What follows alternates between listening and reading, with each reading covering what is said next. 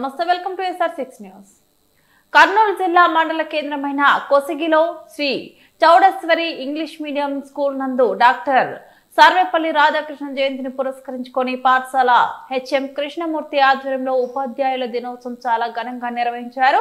HM Krishnamurthy, Gopal, Veeresh మరియు పాఠశాల సిబ్బంది కలిసి సర్వేపల్లి రాధాకృష్ణ చిత్రపటానికి పూలమాల వేసి కార్యక్రమాన్ని ప్రారంభించారు. హెచ్ఎం కృష్ణమూర్తి మాట్లాడుతూ డాక్టర్ సర్వేపల్లి రాధాకృష్ణ ఉపాధ్యాయుడిగా ఉంటూ గొప్ప సేవలు చేశాడని, ఆ సేవలను గుర్తింపుగా ప్రభుత్వ ఉపరాష్ట్రపతిగా ఎన్నుకోవడం జరిగిందని ఆయన అన్నారు. ఈ కార్యక్రమంలో పాఠశాల ఉపాధ్యాయులు గోపాల్, వీరేష్, గోవర్ధన్, పర్వీన్, లక్ష్మి, ఉమా, శ్రావణి, హేమలత, భవాని, హనుమంతి, చాముండేశ్వరి, వీరభవాని, పద్మ, రాఘవేణి, విద్యార్థులు తదితరులు పాల్గొన్నారు.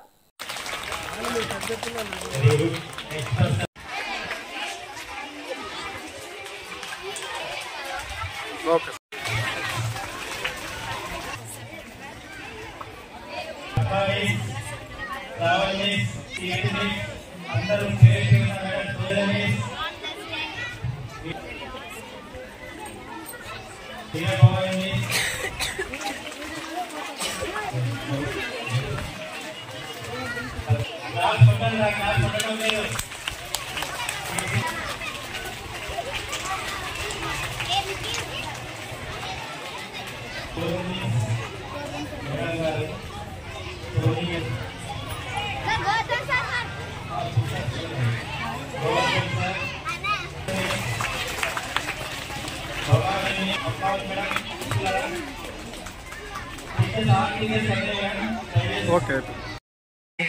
ఈ విధంగా దేశానికి ఉపాధ్యాయ వృత్తికి ఎన్నో సేవలు చేసినటువంటి గొప్ప వ్యక్తి ఈ యొక్క సర్వేపల్లి రాధాకృష్ణన్ గారు.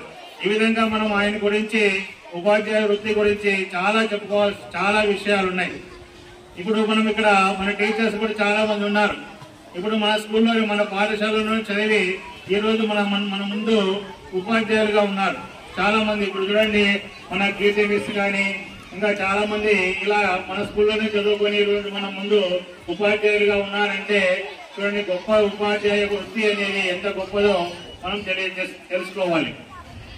మరొకసారి మా ఉపాధ్యాయులందరికీ కూడా ఉపాధ్యాయ దినోత్సవ శుభాకాంక్షలు తెలియజేసుకుంటున్నాం. థ్యాంక్ యూ, ధన్యవాదములు. కాడవాళ్ళు కూడా చాలా చెప్పడం జరిగింది. ఆయన మద్రాసు రాష్ట్రంలోని తిరుత్తని అనేటువంటి గ్రామంలో జన్మించడం జరిగింది. ఆయన ఉపాధ్యాయ వృత్తిని స్వీకరించి చాలా గొప్ప సేవలు చేశాడు. అందుకు గాను ఆయన విద్యార్థులు ఆయన బర్త్డేని సార్ సెలబ్రేట్ చేస్తామని అంటే, వద్దమా నా యొక్క బర్త్డేని మీరందరూ కూడా టీచర్స్ డేగా సెలబ్రేట్ చేసుకోండి అని చెప్పడం జరిగింది.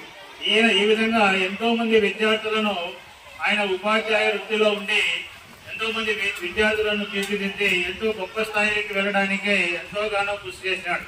మరి ఆయన చేసినటువంటి ఈ ఉపాధ్యాయ వృత్తికి ప్రభుత్వం గుర్తించి ఆయనను ఉపరాష్ట్రపతిగా ఎన్నుకోవడం జరిగింది. ఆయన కేవలం ఉపాధ్యాయ వృత్తిలోని మాత్రం కాకుండా స్వాతంత్రోద్యమంలో కూడా పాల్గొనడం జరిగింది. ఇవన్నీ సేవలకు గుర్తింపుగా ఆయన్ను మన భారత ప్రభుత్వం 2వ ఉపరాష్ట్రపతిగా ఆయన ఎన్నుకోవడం